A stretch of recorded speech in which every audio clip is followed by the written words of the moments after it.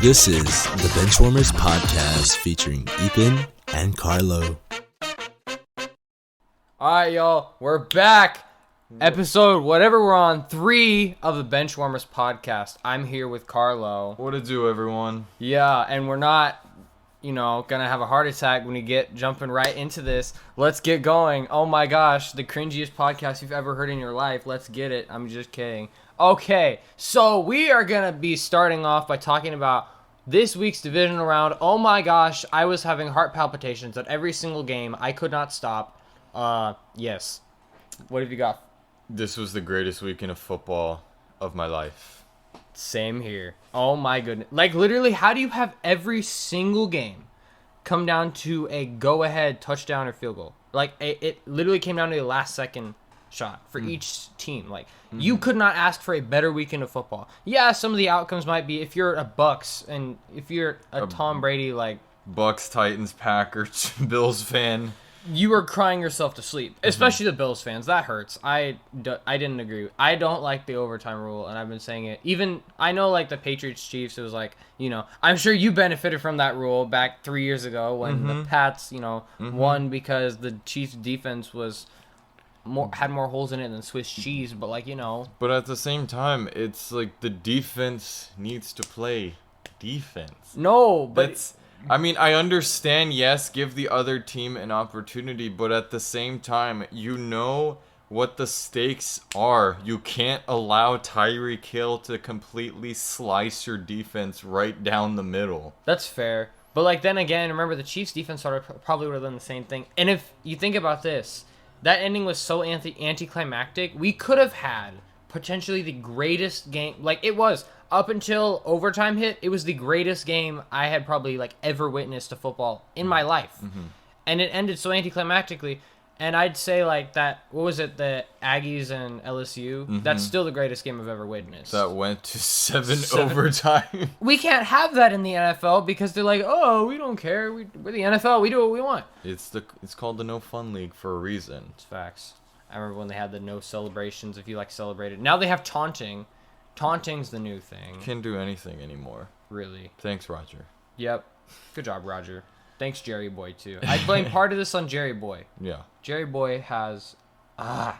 Jerry Boy makes me mad. And he might be, the owner of my own Dallas Cowboys, but I don't care. He annoys the crap out of me. And that's a story for another day. That is a story for another day. We probably will go very in-depth into how much I hate Jerry Jones. One day, it'll happen. But in the meantime, we should start with the first game with probably one of the, well, honestly, the second biggest upset of the weekend, Bengals and Titans. Yeah.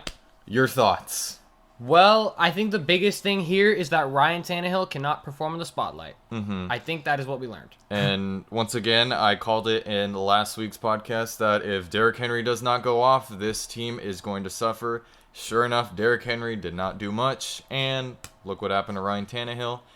He severely underperformed and is once again proving that Ryan really needs Derek to show up. No, that's facts. You know what? Let's talk about this.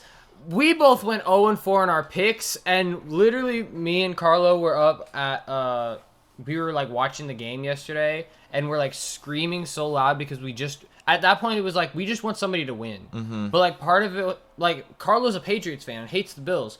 But he wanted to at least have a pick right.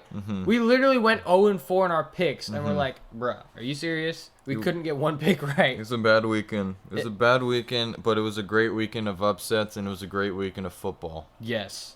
Watching Tom Brady lose gives me the greatest joy. Y'all have no idea just how much I wanted Brady to lose. I had more heart attacks on Brady losing than I did on the Cowboys losing. I had more heart attacks from that. I was semi-sad of Brady losing, but at the same time, it did not hurt as much as New England getting blown out by 30. That was tragic. That was very tragic. The other thing, well, let's talk about, like, so Bengals Titans, we said, like, Derrick Henry is neutralized, but are we talking about just how much that defense for the Bengals actually stepped up, which is going to give way to an interesting Kansas City Bengals matchup where last time it was just offense and offense and offense. This could be a little more of Bengals defense actually showing up. Mm-hmm. This could be a defensive struggle, especially because of Kansas City's front seven being as elite as they are. Mm-hmm. I wonder if we could potentially see a defensive slugfest when nobody's really expecting it. Mm-hmm. Well, the glaring issue that we saw as well was the Bengals O-line. Like, the fact that Joe Burrow got sacked 9 times. Dude, that says it all. That says a lot. And if that's the same situation that happens against Kansas City, you're not going to be able to pull it off. Because Patrick Mahomes and Ryan Tannehill are completely different QBs. Yes. And the offense is a completely different beast. Mm-hmm. It's pretty much when you play against Kansas City, and just like what we saw with the Bills last night, when you play against Kansas City, you are going to have to score no matter what. You have to be perfect. You really do have to be on your A game if you want to beat Kansas City, and hope that Kansas City starts messing up. Mm-hmm. Because both teams yesterday played absolutely flawlessly on offense. Mm-hmm. I don't think I've seen an offensive game quite like that besides that Chiefs-Rams game from a couple years ago. Mm-hmm. And if y'all realize, that could be the Super Bowl matchup. Because everybody predicted 2 years ago that was going to be the Super Bowl matchup. Mm-hmm. But now we actually could see this matchup go down, and the excitement, like, that could be really, we could see that again. And a chance for Matthew Stafford to finally get his ring. Please. Matthew Stafford has suffered. He suffered so much in Detroit. And I wanted to see him win. And I was so happy when he got traded to the Rams because I'm like, man, he could actually do something now. With weapons. These playoffs, he's turned around. He has.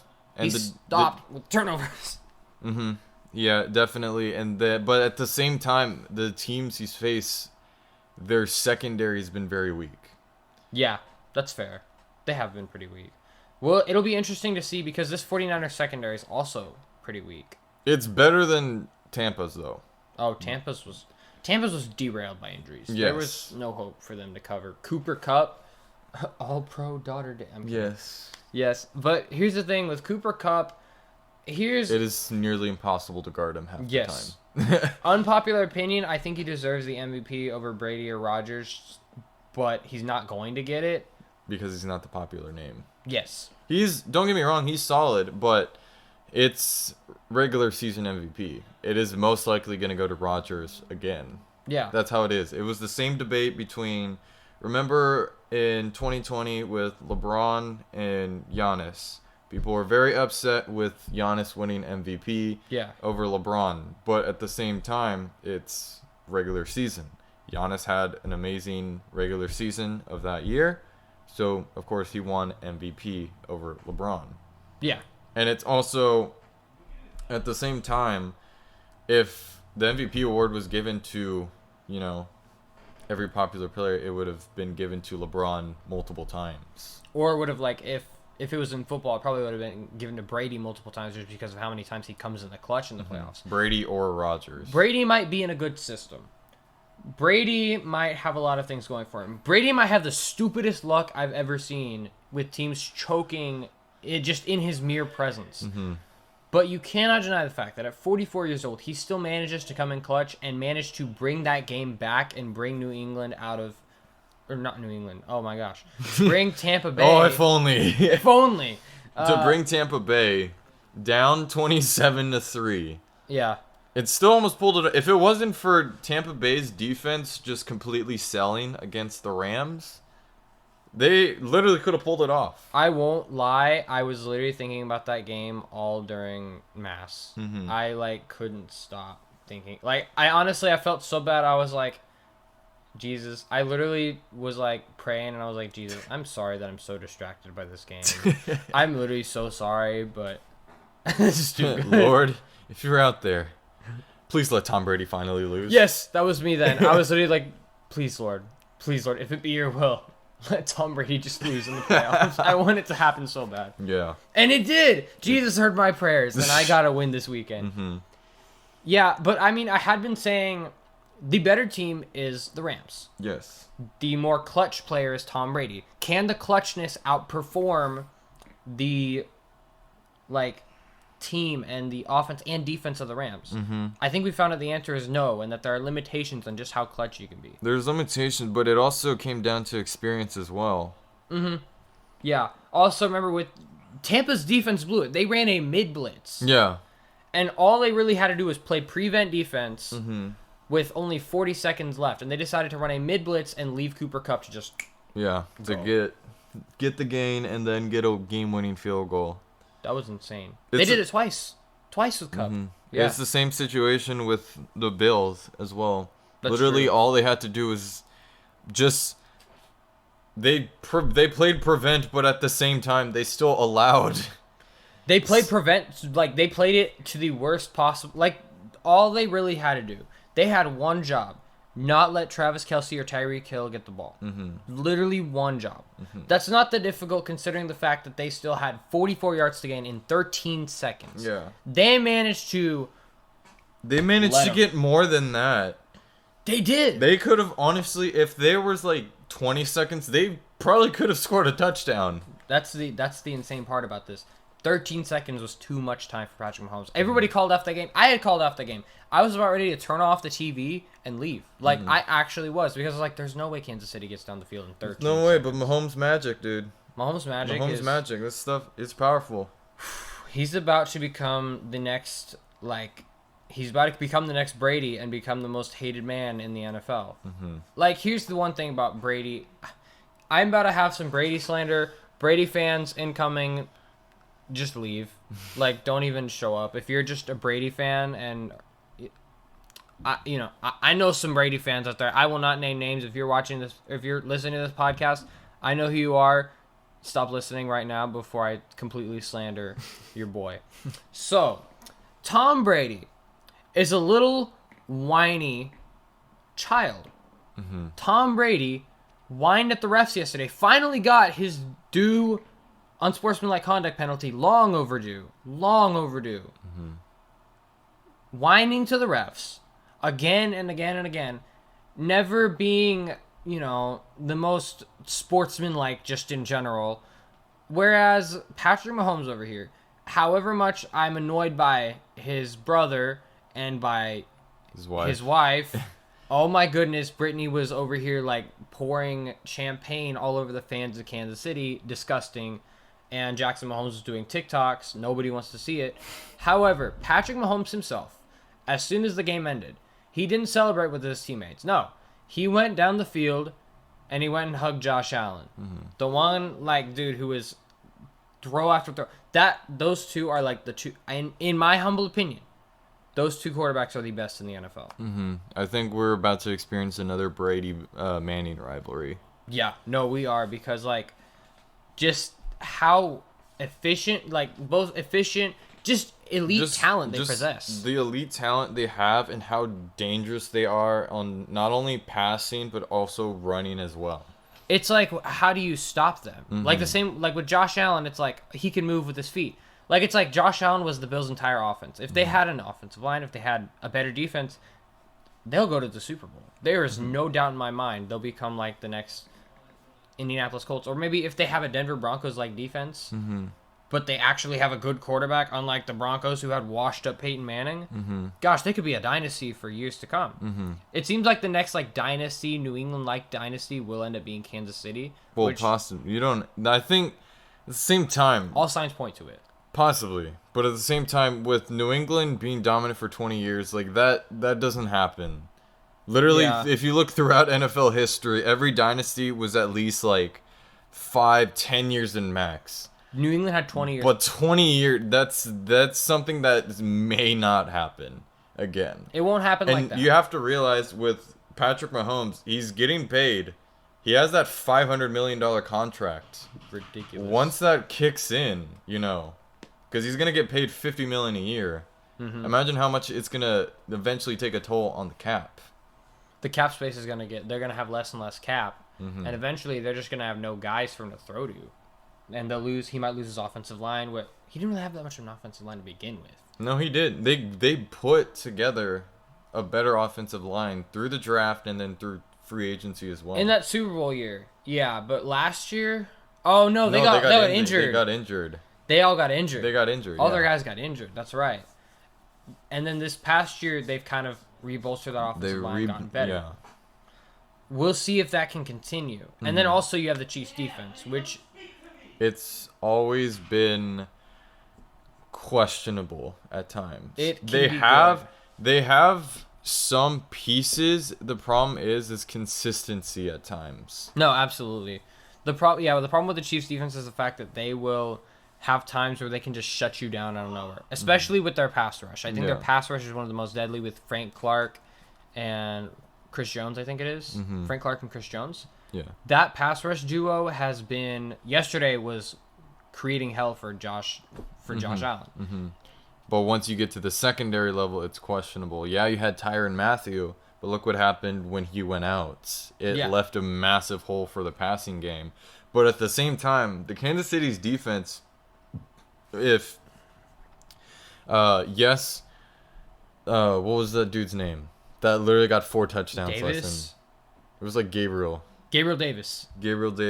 So, let's see. Yeah, Gabriel Davis, 4 touchdowns, 200 yards. But they completely shut down Stephon Diggs. And that's because they would literally put everyone they could on Stephon. They zoned in on Stephon Diggs.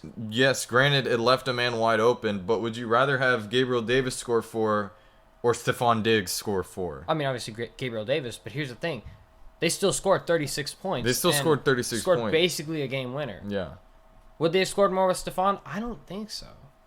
Because the part of the reason why Stephon has been getting he's been doing so well, I wonder if it's partially because he's on the same team as Josh Allen. Because, Stephon's good, and he's had some really good plays, and he makes athletic feats that you just can't He's fathom. always been, even with Case Keenum, Yeah. he was still a player.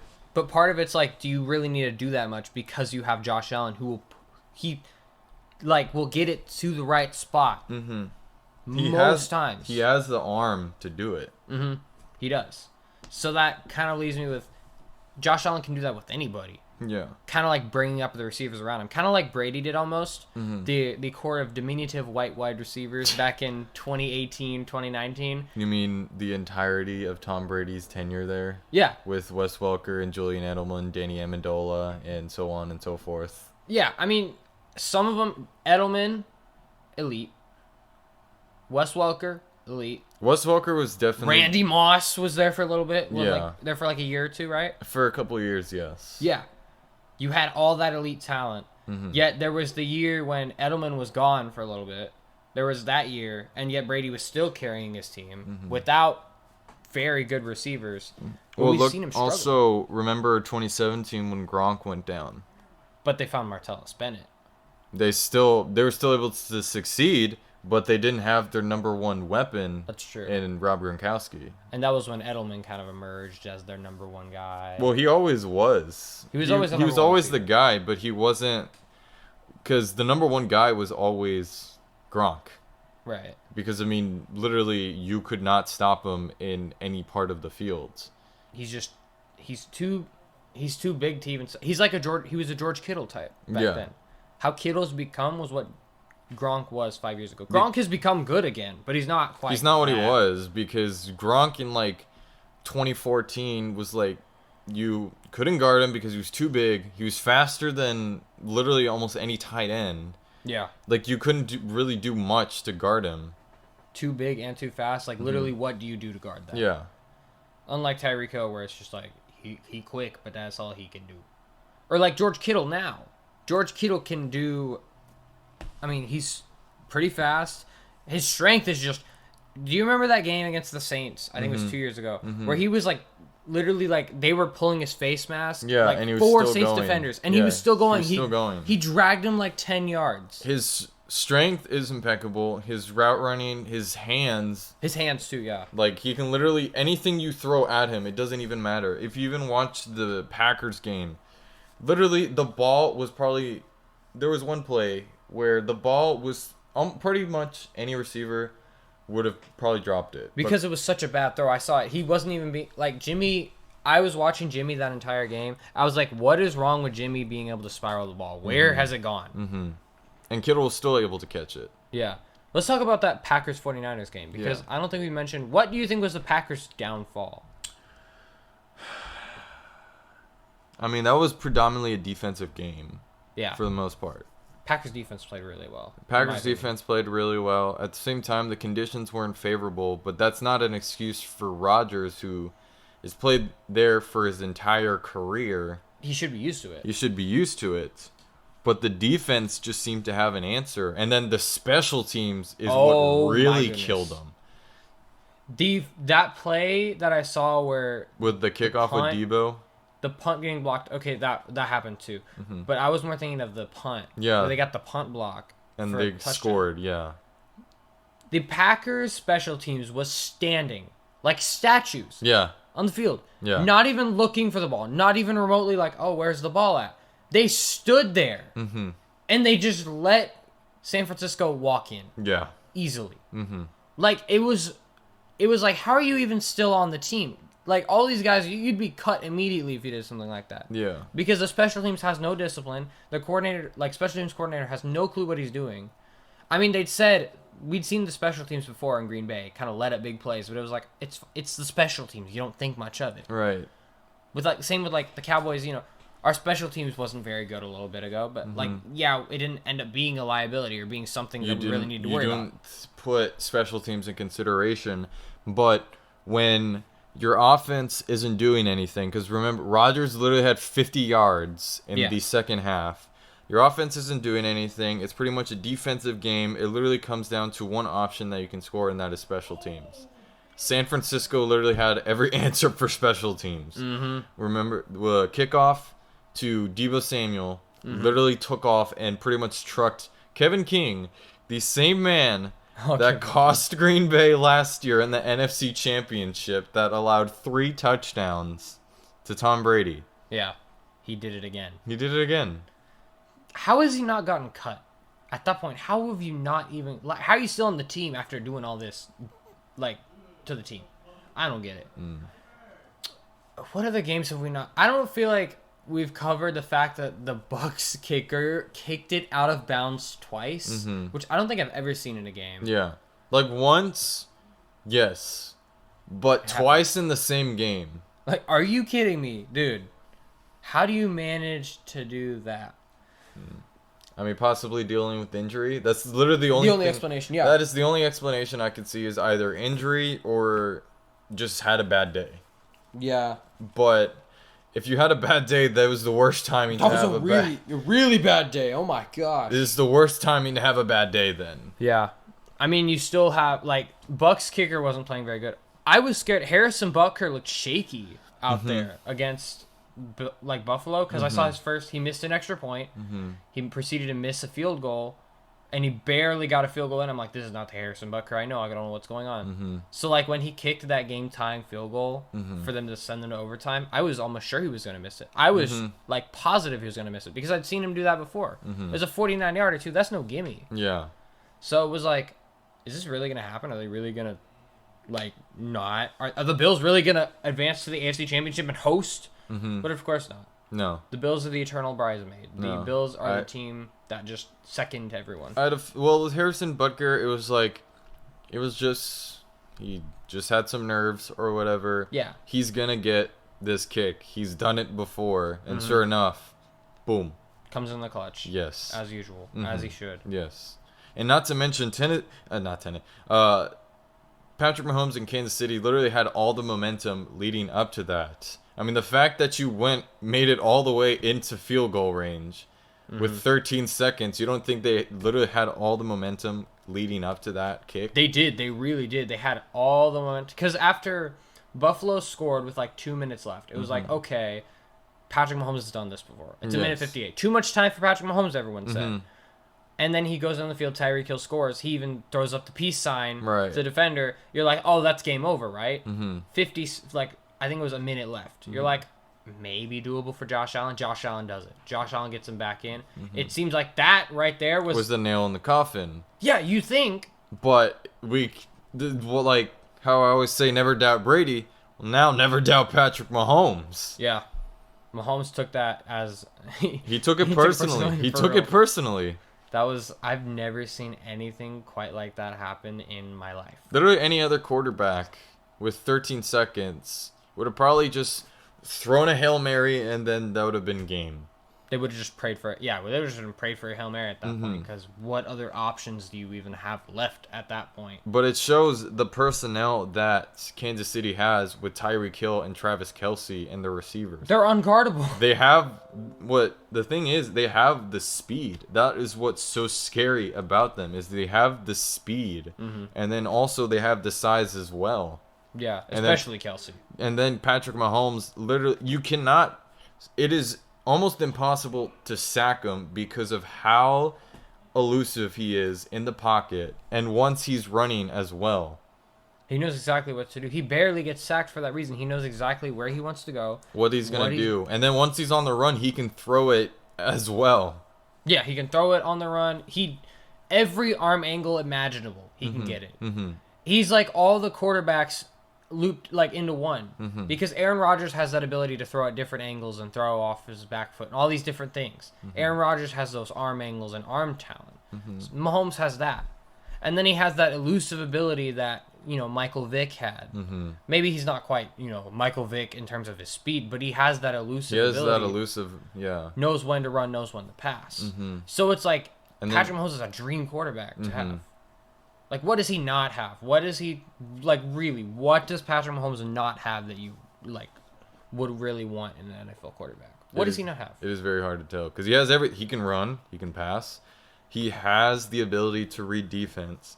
The only problem is, in some situations, he does sometimes force the big play, which is what's happened before in the past a lot. That was what happened at the beginning of the season. Patrick Mahomes got cocky because he was like, "Oh, look at me! I can do anything." He knows, and I mean, props to him for having that confidence.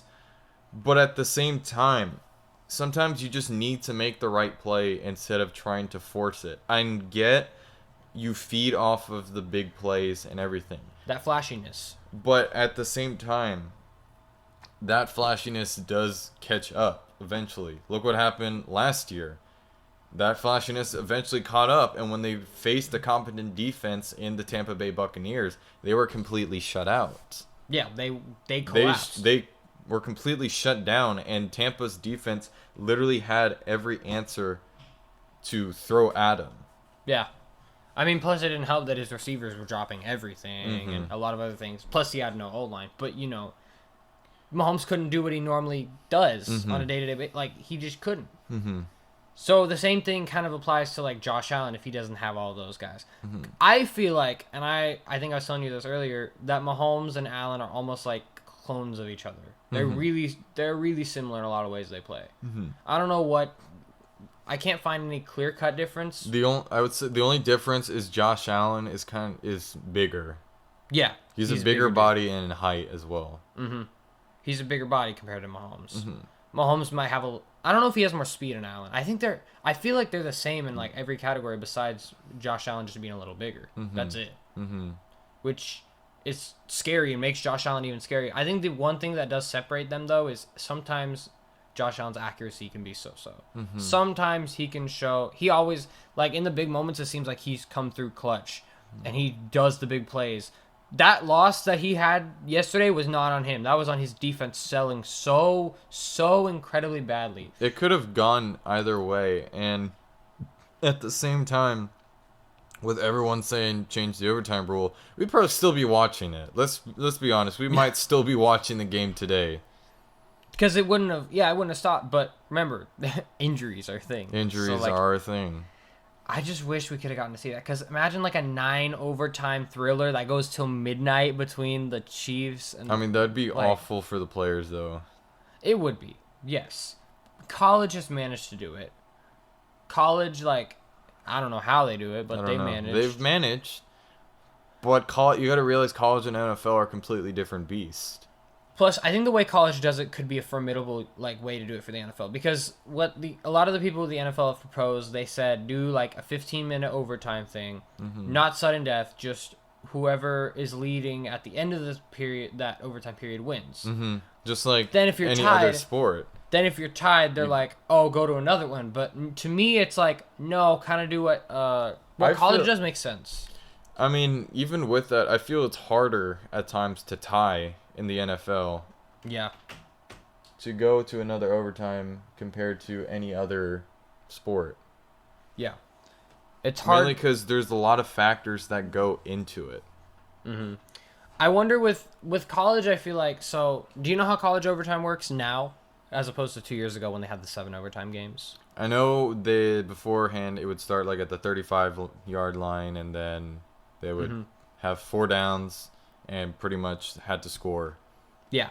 So actually they changed it. Mm-hmm. It's the 25-yard line. Okay. You start from the 25, which I think would be pretty good for Mahomes and Josh Allen in that situation, especially since that's the future of our NFL, relies in passing, and offense heavy is kind of the future of the NFL, whereas defense will kind of get like overlooked a little bit. Unless you have, I mean, there are some teams who kind of zone in on defense a little more, but I do think that more and more teams are looking at the offensive flashiness because that's what you want. Right. And it's what makes the money. Yeah, it's what makes the money, and it's so much more fun to watch, like as a fan. So I think what college does could potentially work, because what they do is they do starting from the 25-yard line, touchdown. You do a touchdown. So if you get a touchdown, the other team scored a touchdown, you go to the next overtime. Right. If one team scores a touchdown, other scores a field goal, that's game. It's kind of like if you're tied at the end of each team. Basically, each team gets a turn from the 25. Can they score? And if the score's still tied, you keep on going. After the second overtime, though, I think the new rule is that you trade 2-point conversions.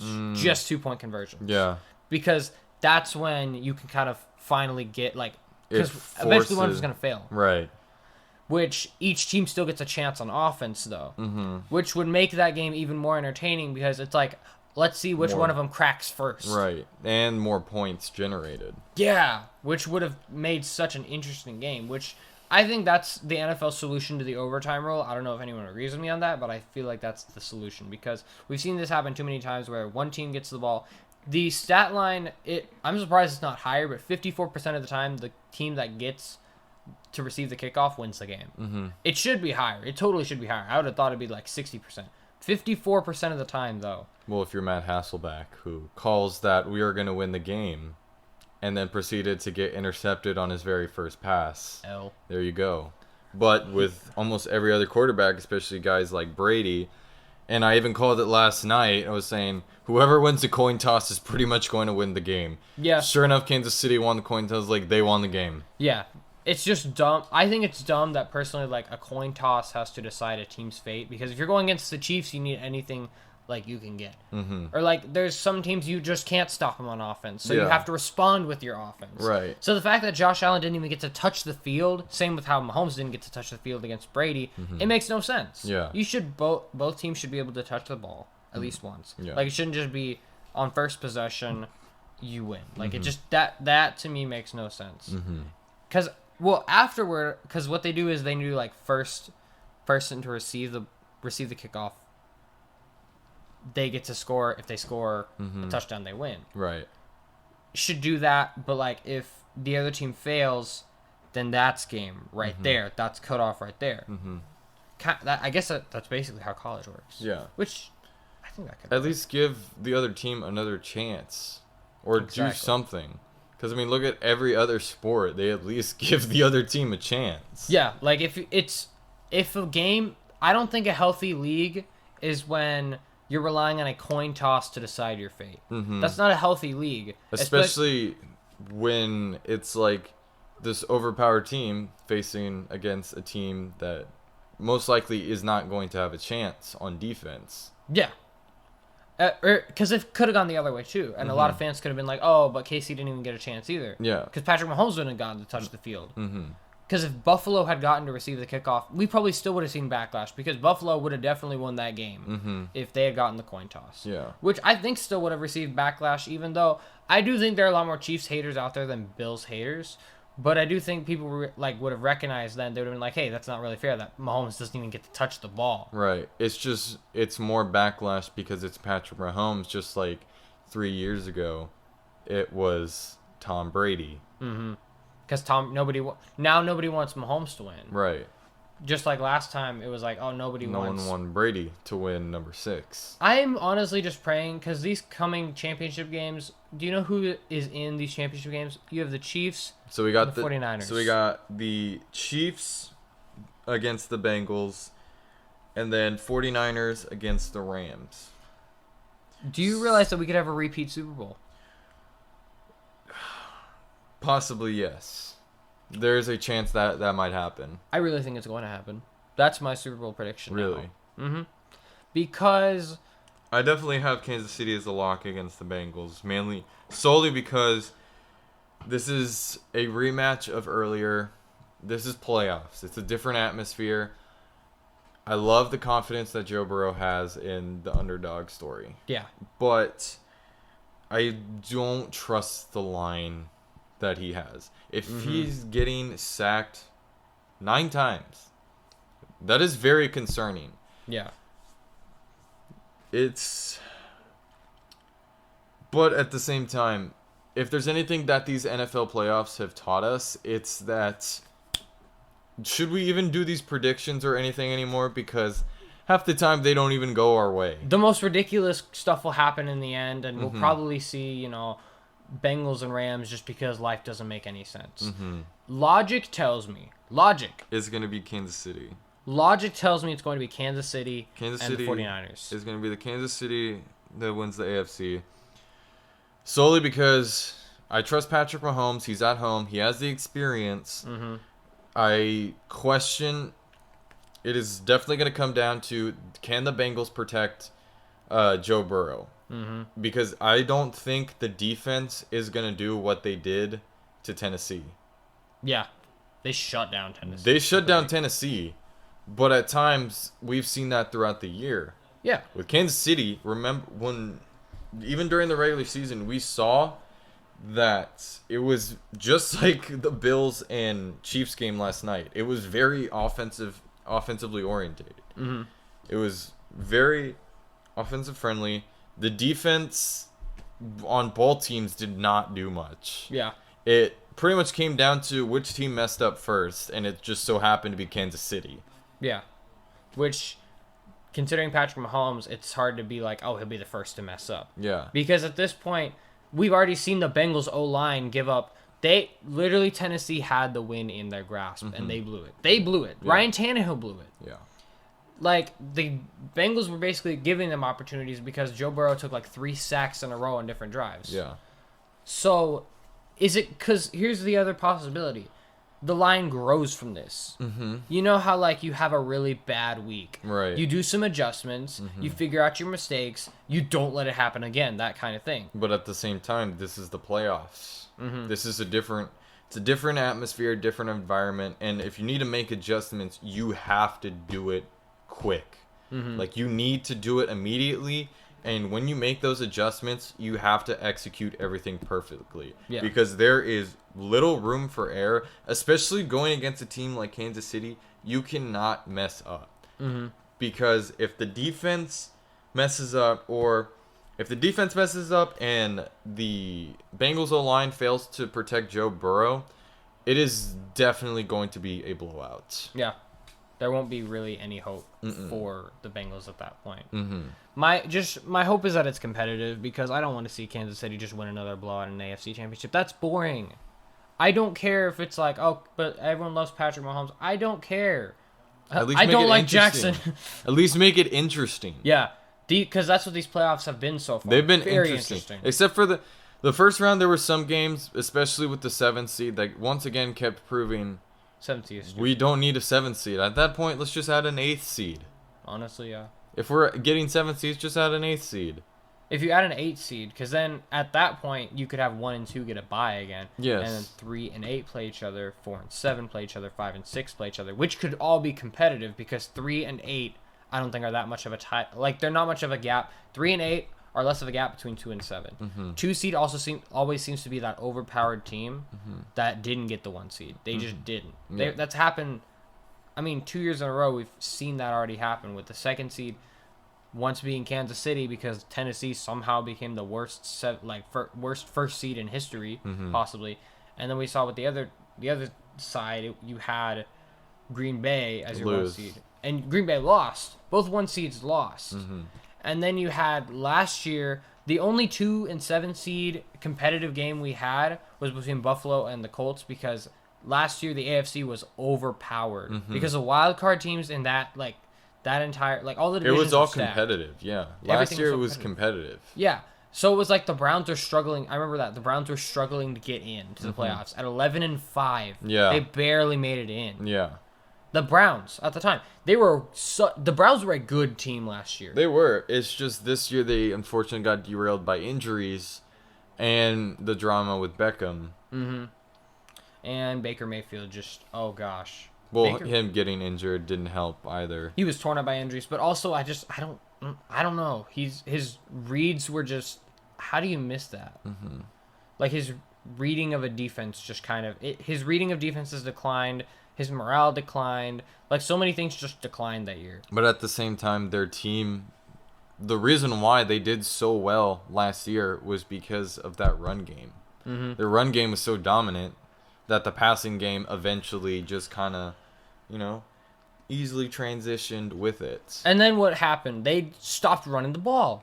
Toward the last half of the season, I watched them let Baker Mayfield throw 40 times a game, sometimes 50 times a game, when he really shouldn't have been, both because of his shoulder, which they should have known. They should have just let him, they should have just been you need to get, I get Cleveland wanted to stay competitive, but, just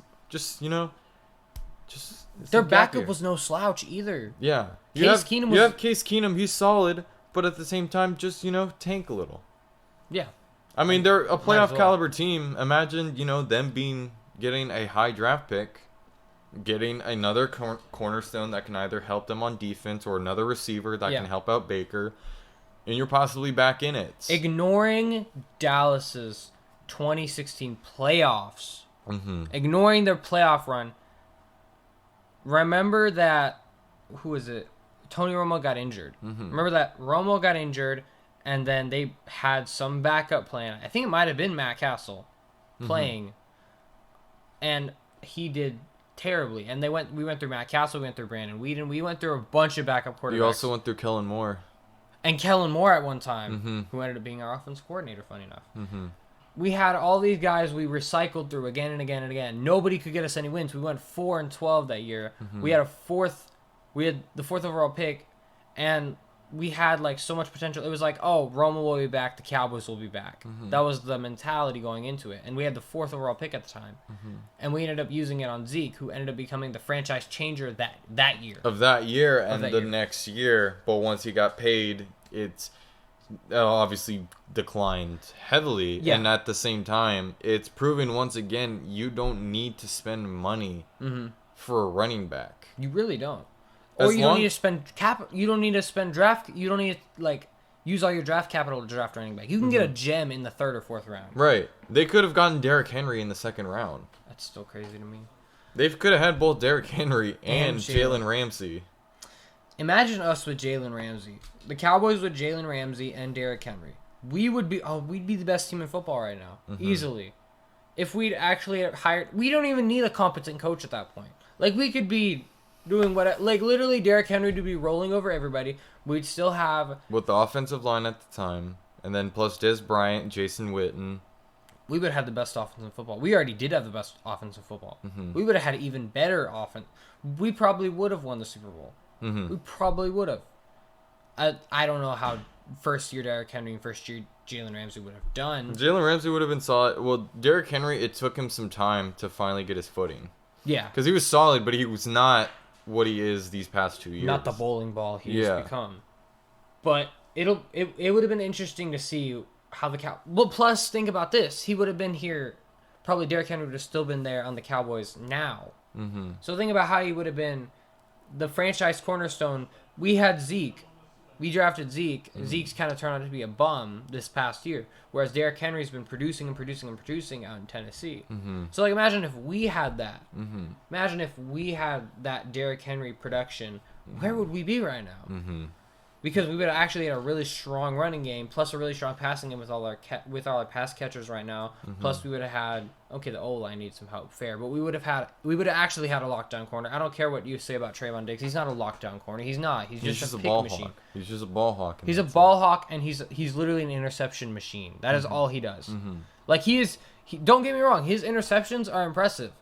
He was a wide receiver before, but his interceptions are impressive. But it doesn't help that he's allowing over 1,000 yards. He allows so many yards in coverage because he gets burned on every play because teams know to just use a double move on him because he'll bite on it every single time. Yeah. Like, you watch every single game of his, he continually gets burned and burned and burned on every single play. And I remember in my NFL predictions video, I was like, you know what's going to be the deciding factor on if Dallas and Green Bay play, which they didn't. But looking back on it, it's like we probably could have beaten Green Bay if Green Bay had imploded the same way they did against San Francisco. But let's be for real. It's Aaron Rodgers against Dallas. Aaron Rodgers against Dallas is a different breed than Aaron Rodgers against San Francisco. Mm-hmm. But if we'd been in the NFC Championship game against them, remember, NFC Championship is his kryptonite. Mm-hmm. So it's like, which side of the coin are you gonna get? Are you gonna get the Aaron Rodgers who's beats Dallas every time, or are you gonna get the Aaron Rodgers who loses in the NFC Championship game every time? It's like, which one are you gonna get? Right. So theoretically, if that had happened, I'd said that if they went all the way there, what was going to happen was Trayvon Diggs was going to get burned and burned and burned and burned and burned over and over again. He'd have been burnt toast after playing against Devontae Adams. That was my take on it because Devontae just, like, literally he's just too good compared to Trayvon Diggs getting burned in every play. He got burned by washed up AJ Green. The corpse of AJ Green was burning him. Yeah. Anyone can burn him. All you have to do is do a double move on him. There you go. Now you figured out how to beat Trayvon Diggs. Congratulations to every other team. Yeah. That's interesting. Yeah. I think we're gonna wrap it up on that. So, your predictions for next week, for this week. For this coming week, I am going to definitely go with Kansas City. I don't like it, but I'm gonna go with Kansas City. I'm gonna say 31-24. Because I don't think the Bengals O-line has what it takes to. I think he will get Burrow will get some plays off, especially to Jamar Chase. But it might be in garbage time. It might be in garbage time, honestly. So it might the final score, like what's like 6 minutes left. It might be more like 31-13 at the time. I don't know. It depends on which version of the Bengals O-line shows up because if they show up being decent and actually can block, they have a chance. They do have a chance. But at the same time, the defense really needs to step up. I mean, they did against Tennessee. They really did. They did it, but at the same time, Tennessee is not Kansas City. Kansas City is a different beast. They have the bowling ball. I mean, Kansas City's passing game is elite, but don't count out Tennessee's running game. Yeah. They shut down any semblance of a running game that Tennessee had. I don't know how good the Bengals secondary is. They've been so-so as of lately. But if they can step up the way they did the first matchup that they had, especially toward the fourth quarter where they actually started to step up and make Kansas City, force them to go 3 and out, we could see the same result happening as last time. So your pick is also Kansas City? I am going to go with Kansas City. I am going to lock them in for the Super Bowl. I mean, like I said earlier, Joe Burrow is most likely going to put up a fight. He has that confidence. He enjoys being an underdog. He has that mentality. But I love it, but I don't think it is going to be enough against Kansas City, who has A, been here before, B, they seem red hot. They are definitely heating up. And C, it's in Kansas City. Yeah. Kansas City. Arrowhead is no easy place to play. It is not an easy place to play, and especially in the playoffs now. And if you look at the stats with Patrick Mahomes in the playoffs, he is a completely different beast than he is in the regular season. Absolutely. What are you taking for the NFC side, though? Because a lot of people are saying, it'll be the Rams. I don't like it, but I have the Niners winning. Okay. I am going to pick the Rams. I do think it's going to be a very close matchup just because both of their defenses are very elite. The only problem is Jimmy Garoppolo. Again, yeah. Like I've been saying this entire playoffs, which version are we going to get of him? We've gotten the trash version both times, and they've seemed to somehow find a way to win, which is what I think is going to happen against the Rams.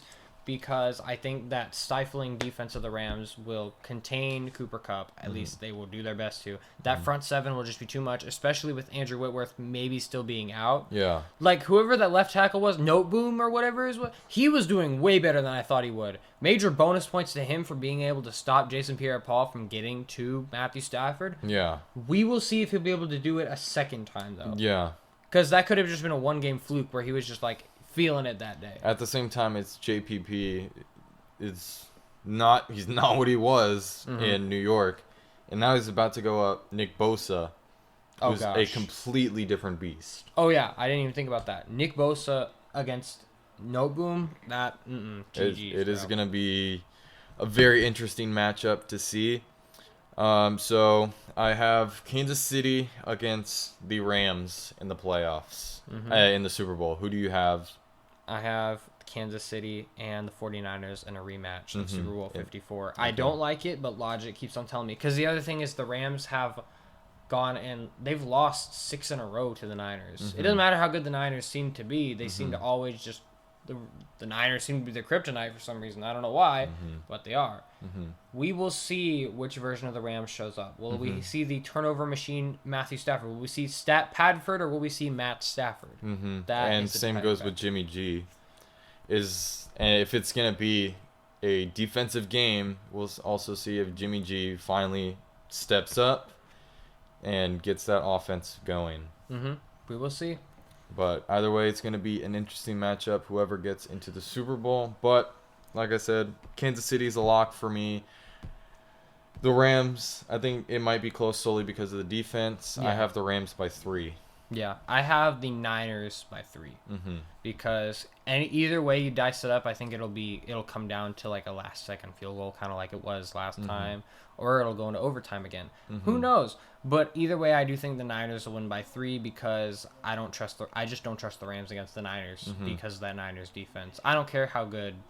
The only way I can see the Rams winning this one is if Cooper Kupp and if Deebo Samuel is healthy because if Deebo Samuel is not healthy. Yeah, because he got injured. He got shaken up, and then same with George Kittle. If you saw, I saw. Dude, the Niners players were dropping like flies. I was like, what does this do for them going into like this game? Yeah. If it was against Tampa Bay, they would have probably gotten slaughtered. They have no chance against Tampa Bay with their secondary. Right. The Rams could actually cover them because they had Jalen Ramsey. Right. That was what made the Rams a bad matchup for Tom Brady's team. And then another X factor is Beckham. Beckham has really stepped up. Beckham's emerged as a top receiver again. I wouldn't go to top receiver, but he's definitely emerged from what he was in Cleveland. Kind of like how Richard Sherman kind of emerged again. Like he had a little bit of a career resurgence back on that second when we went back to the 49ers back in I think the Super Bowl 54 run when San Fran went all the way to the Super Bowl. Lost to Kansas City, of course. They were up by 10. But yeah, I have Kansas City against the Rams. As much as I want Matt Stafford to win a ring, I think Kansas City is gonna end up winning just because Patrick Mahomes has been there before, and I mean you just can't go against experience. Yeah, I have Kansas City definitely. If Kansas City and San Fran go in, I see Kansas City probably winning. It won't even be close. I'll be honest. I mean, the 49ers are getting more battered each day. They continue to get injuries piled onto them. I think it's enough to beat the Rams because for some reason the Rams just can't play good against the 49ers for whatever divine reason. But it's not going to be enough to beat Kansas City. It's Patrick Mahomes. Literally their secondary is Swiss cheese. There won't be any hope for the Niners if they end up having to do that. Because at least when they played Kansas City that one time back in Super Bowl 54, they had at least a competent secondary. And they had, in my opinion, that was the best 49ers team we've seen in the last decade. That was... better than the Colin Kaepernick team. No, definitely. And that was definitely one of their best chances to win it if it wasn't for Patrick Mahomes, performing his magic and the 49ers completely choking. Which was Kyle Shanahan, the classic Kyle Shanahan, which he will probably do again. I don't think it'll be against the Rams. He for some reason can win against the Rams, but I do think that he'll choke royally against the Chiefs because that seems to happen every year. I have Chiefs by 21 if they play the Niners. Almost as bad as the Pittsburgh game. Yeah. But yeah, Let me know y'all's predictions down below. Thank y'all for tuning into this podcast. I hope to do at least one of these every week. If not, bring somebody else on. I don't know what we're going to do yet, but thank y'all for listening to the podcast. We'll catch y'all in the next one. Peace.